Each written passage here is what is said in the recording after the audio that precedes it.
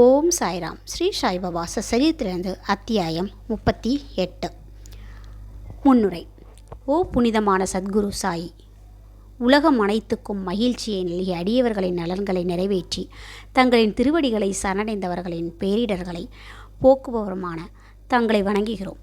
மிகுந்த தாராள குணமுடையவர் தங்களை சரணடைவோர்களின் பாதுகாவலராகவும் இரட்சகமாகவும் விளங்கும் தாங்கள் மக்களுக்காக இறங்கி அவர்களுக்கு நன்மை செய்யவே அவதரிக்கிறீர்கள்.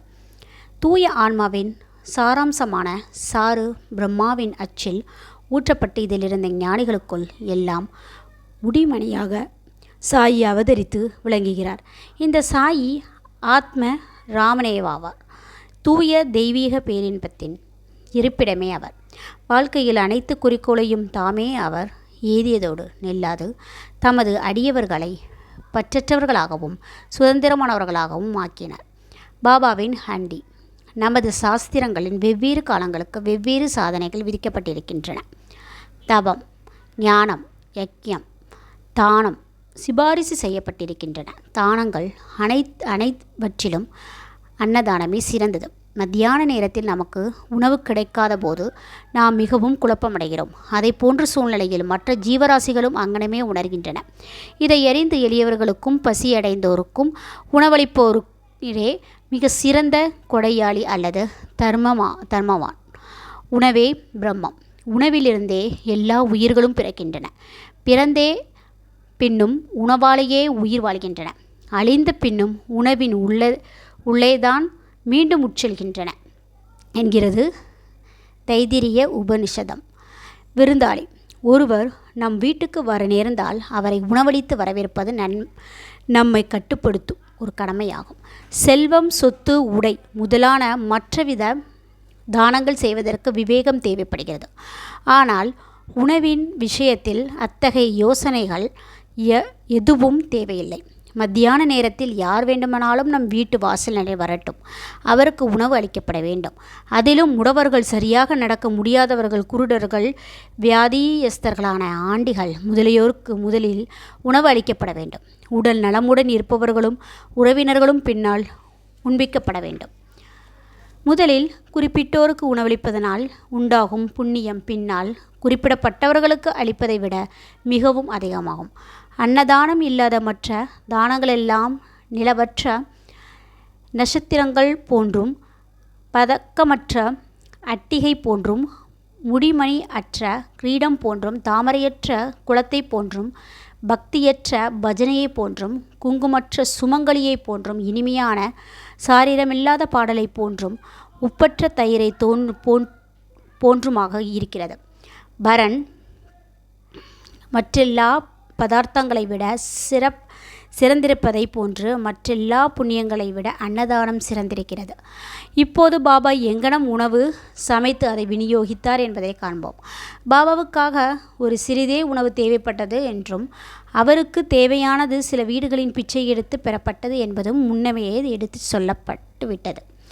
ஆயின் அனைவருக்கும் உணவளிக்க வேண்டும் என்று அவர் தீர்மானித்ததனால் அவராகவே எல்லா ஏற்பாடுகளையும் செய்கிறார். இந்த விஷயத்தில் அவர் எவரையும் சார்ந்திருக்கவோ தொல்லைப்படுத்தவோ இல்லை. முதலில் கடை வீதிக்கு சென்று சோளம், மாவு, நறுமண பலசரக்கு வகைகள் முதலியவை எல்லாவற்றையும் பணம் கொடுத்து வாங்குகிறார். கோதுமை அரைத்தலையும் தாமே செய்கிறார். மசூதிக்கு முன்னால் உள்ள திறந்த வெளியில் ஒரு பெரிய அடுப்பை வைத்து நெருப்பை மூட்டி அதற்கு மேல் ஹண்டி என்னும் ஒரு பாத்திரத்தை சரியான அளவு தண்ணீர் ஊற்றி வைக்கிறார். 2 விதமான ஹண்டிகள் இருந்தன. ஒன்று சிறியது, மற்றொன்று பெரியது. முன்னது 50 பேருக்கும் உணவளிக்க ஏற்றது, பின்னது 100 பேரானது. சில சமயம் அவர் மிட்டா சாவல் என்னும் சர்க்கரை பொங்கலை சமைத்தார். மற்றும் சில சமயங்களில் புலவை மாமிசத்துடன் சமைத்தார். சில சமயங்களில் கொதித்து கொண்டிருக்கும் வரன் என்னும் சூப்பில் கோதுமை மாவை சிறு உருண்டைகளாகவோ அல்லது தட்டையான ரொட்டிகளாகவோ செய்து மிதக்கவிட்டார். வாசனை பொருட்கள் அம்மியில் வைத்து இடித்து தூளை சமையல் பாத்திரத்தில் போட்டார். உணவை மிகவும் சுவையானதாக்க அவர் எல்லா சிரமங்களையும் எடுத்துக்கொண்டார்.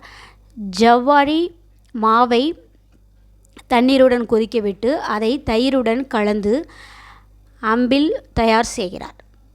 உணவுடன் இந்த அம்பிலை அனைவருக்கும் ஒரே மாதிரியாக விநியோகித்தார். உணவு ஒழுங்காக வேகிறதா என்பதனை பார்க்க பாபா உணவு தனது கம்பெனிகளின் கைகளின் மேலே சுருட்டி விட்டு கொண்ட தனது வெறும் கையை கொதிக்கும் பாத்திரத்தில் துளியும் பயமின்றி விட்டு கொதிக்கும் கலவையை நன்றாக மேலும் கீழும் பக்கங்களில் கலக்கி விடுகிறார். கை வெந்ததற்கான எந்த அடையாளங்களையோ முகத்தில் பயத்தின் எவ்வித சாயலோ காண முடியவில்லை. சமையல் முடிந்ததும் பாத்திரங்களை மசூதிக்கு கொண்டு வந்து உரிய முறையில் மௌல்வியை கொண்டு புனிதமாக்கினார். முதல் உணவின் ஒரு பகுதி மகள்சாபதிக்கும் தாத்தியா பாடிலுக்கும் அனுப்பிவிட்டு மிச்சத்தை எல்லா ஏழை எளியவர்களுக்கும் திக்கற்றவர்களுக்கும் அவர்கள் உளம் நிறையும் வண்ணம் தமது கையாலேயே பரிமாறினார். பாபா தாமே சமைத்து தாமே பரிமாறிய உணவை உட்கொண்டவர்கள் நிச்சயமாக ஆசீர்வதிக்கப்பட்டவர்கள், அதிர்ஷ்டசாலிகள். இத்தருணத்தில் ஒரு சிலர் சந்தேகங்களையும் கிளப்பலாம். பாபா காய்கறியிலும் அசைவ உணவையும் பிரசாதமாக தமது அடியவர்களுக்கு ஒரே மாதிரியாகவா வழங்குகிறார்? விடை வெளிப்படையானது, எளிதானதுமாகும். அசைவ உணவு பழக்கப்பட்டோருக்கு ஹண்டியிலிருந்து பிரசாதமாக உணவு வழங்கப்பட்டது. அதில் பழக்கமில்லாதவர்களை அதை தொட அனுமதிப்பதில்லை. இவ்வுணவை விசேஷமாக அனுசரிக்க அவர் அவர்களிடம் எவ்வித விருப்பத்தையோ ஆசையோ தூண்டிவிட்டதில்லை. குருவே பிரசாதமாக எதையாவது அளிக்கும்போது அதை ஏற்றுக்கொள்ளத்தக்க இல்லையா என்றும் எண்ணுபவன் நரகத்தை அடைகிறான் என்றும் ஒரு கொள்கை நன்றாக உறுதி செய்யப்பட்டிருக்கிறது. இந்த கொள்கையை எந்த ஒரு சீடனும் எவ்வித மனதில் ஏற்றுக்கொண்டிருக்கிறான் என்பதனை அறிய சில நேரங்களில் பாபா சோதனைகள் நடத்துவார். உதாரணமாக, ஒரு ஏகாதசி தினத்தன்று தாதா கேல்சரின் சில ரூபாய்கள் கொடுத்து அவரையே நேராக கொரலாவுக்கும் சென்று அங்கிருந்த மாமிசம் வாங்கி வரும்படி கூறினார். இந்த தாதா கேல்சர் ஒரு வைதிக பிராமணன். எல்லா வைதிக சம்பிரதாயங்களையும் வாழ்க்கையில் அனுசரித்தவர். செல்வம், தானியங்கள், உடை முதலியவைகளை சத்குருவிற்கு சமர்ப்பிப்பதெல்லாம் போதென்றும் முழு நிறை நம்பிக்கையுள்ள கீழ்ப்படிதலும் அவரது உத்தரவுகளை சரி நுட்பமாக நிறைவேற்றுதலுமே அவரை மிகவும் மகிழ்வுக்கு உண்மையான தர்ஷனையாகும் என்பதனை அவர் அறிவார். எனவே தாதா கேல்சர் உடைகளை உடுத்தி கொண்டு அவ்விடத்திற்கு கிளம்பினார். பிறகு பாபா அவரை கூப்பிட்டு, நீயே போகாதே, யாரையாவது அனுப்பு என்று கூறினார். இதன் பேரின் தாதா தமது வேலையால் பாண்டுவை இதற்காக அனுப்பினார். பாபா அவரையும் திரும்பி வர சொல்லி அதையும் ரத்து செய்துவிட்டார். மற்றொரு சந்தர்ப்பத்தின் போது புலல் என்னும் மாமிச கறியின் உப்பு சரியாக இருக்கிறதா என்பதனை சற்று சுவைத்து பார்க்கும்படி பாபா தாதாவை கேட்டார். பின்னவர் சாதாரணமாகவும் முறையாகவும் அது சரியாக இருக்கின்றது என்று கூறினார். அதற்கு பாபா, நீ அதை கண்ணால் பார்த்தோ நாவால் சுவைத்ததோ கிடையாது. பின்னர் அது சுவையாய் இருக்கிறது என்பது எப்படி உன்னால் உரைக்க முடியும்? பாத்திரத்தில் மூடியை திறந்து பார் என்று கூறிக்கொண்டே பாபா அவரது கையை பிடித்து பானைக்குள் அழுத்தி கையை முன்னால் நீட்டி கரண்டியை எடுத்து வைதீகத்தை பற்றி கவலைப்படாமல் பதறாமல் கொஞ்சம் எடுத்து சாப்பாட்டில் போட்டுக்கொள் என்றார். தாய்க்கு குழந்தையுடன் ஒரு உண்மையான அன்பின் அலை தோன்றும்போது அதை கிள்ளிவிட்டு அழத் தொடங்கியது. அதன் மார்போடு அழைத்து கொள்கிறான். அவ்வாறே பாபா உண்மையான தாய் என்ற முறையில் தாதா கேல்சரை இவ்விதமாக கிள்ளிவிட்டார். உண்மையில் எந்த ஏணியோ அல்லது குருவோ தடுக்கப்பட்ட உணவை தமது வைதீக சீரனை உண்ணும்படி வற்புறுத்தி அதன் மூலம் தம்மை கீழ்மைப்படுத்தி கொள்ள மாட்டார். இந்த ஹண்டி விவகாரம் 1910 வரை சில காலம் நடந்தது. பிறகு நின்றுவிட்டது. முன்னரே கூறியதைப் போன்று தாஸ்கனு பாபாவின் புகழை பம்பாய் மாகாணமெங்களிலும் தம் கீர்த்தனைகளால் பரப்பினார். அப்பகுதியிலிருந்து சீரடிக்கு மக்கள் திரளமாக வந்து கூடத் தொடங்கினர். சீரடி சில நாட்களுக்குள்ளாகவே ஒரு புனித சேத்திரம் ஆகிவிட்டது. பக்தர்கள் வெகுமதி அளிப்பதற்காக பல்வேறு பொருட்களை கொணர்ந்தனர். வெவ்வேறு உணவு வகைகள் நைவேத்தியமாக சமர்ப்பித்தனர். அவர்கள் எவ்வாறு அளித்த உணவுப் பொருட்கள் எவ்வளவு என்றால் பக்கிரியும் ஆண்டையும் வயிறு புடைக்க உண்டுவிட்டு பின்னும் மீதி இருக்கும் அளவு இருந்தது. எங்கன நைவேத்தியம் பகிர்ந்தளிக்கப்பட்டது என்றும் கூறும் முன்பு உள்ளூரில் இருந்த கோவில்களின் மீதும் தெய்வங்களின் மீதும் பாபாவுக்கு எத்தகைய மரியாதையும் ஆர்வமும் இருந்தது என்பதனை விளக்கும் ராணா சாஹிப் சாந்தோர்களின் கதையை எடுத்துக்கொள்வோம். ராணா சாஹிப் கோவிலை மதியாதிருத்தல். சிலர் தங்களுக்கே உரிய முறையில் அனுமானித்து கொண்டும் யூகித்து கொண்டும் சாயி ஒரு பிராமணன் என்றும் சிலர் அவர் ஒரு முகமதியர் என்றும் கூறினர். உண்மையில் அவர் எந்த ஜாதியும் சேர்ந்தவர் அல்ல. எப்போதும் எந்த ஜாதியில் பிறந்தார் என்பதனையும் அவரது பெற்றோர் யார் என்பதையும் ஒருவரும் நிச்சயமாக அறிந்திருக்கவில்லை. முன்பே அத்தியாயம் 7 உள்ள பாபாவின் சொந்த கூற்றுப்படி அவர் பிராமணர் என்றாலும் பரமாத்மாவிடம் தன்னை முழுவதும் சரணாகதி செய்து அகங்காரத்தையும் உடல் உணர்வையும் ஒழித்து அவரிடம் ஒன்றிவிடுபவனுக்கு ஜாதி தேசம் என்னும் கேள்விகள் குறித்து கருத்திற்கொள்வதற்கு ஏதுமில்லை. பின்னர் அவர் எங்கனம் ஒரு பிராமணனோ முகமதியராகவோ இருக்க முடியும்? அவர் ஒரு முகமதியர் என்றால் மசூதியில் அணையாமல் எப்போதும் துணியை எங்கனம் எரிய வைத்து கொண்டிருக்க முடியும். அங்கு எங்கனம் ஒரு துளசி பிருந்தாவனம் இருக்க முடியும்? சங்கோசை, மணி ஓசை, இன்னிசை கருவிகள் ஆகியவைகளை எங்கனம் அனுமதிக்க முடியும்? அவரை ஹிந்து வழிபாட்டு முறைகளில் எல்லா அம்சங்களையும் எங்கனம் விட்டிருக்க முடியும்? அவர் ஒரு முகமதியராக இருந்தால் அவர் காதுகள் குத்தப்பட்டிருக்குமா? ஹிந்து கோவில்களை செப்பனிட தம் கையில் இருந்த பணத்தை அவர் செலவு செய்திருக்க முடியுமா?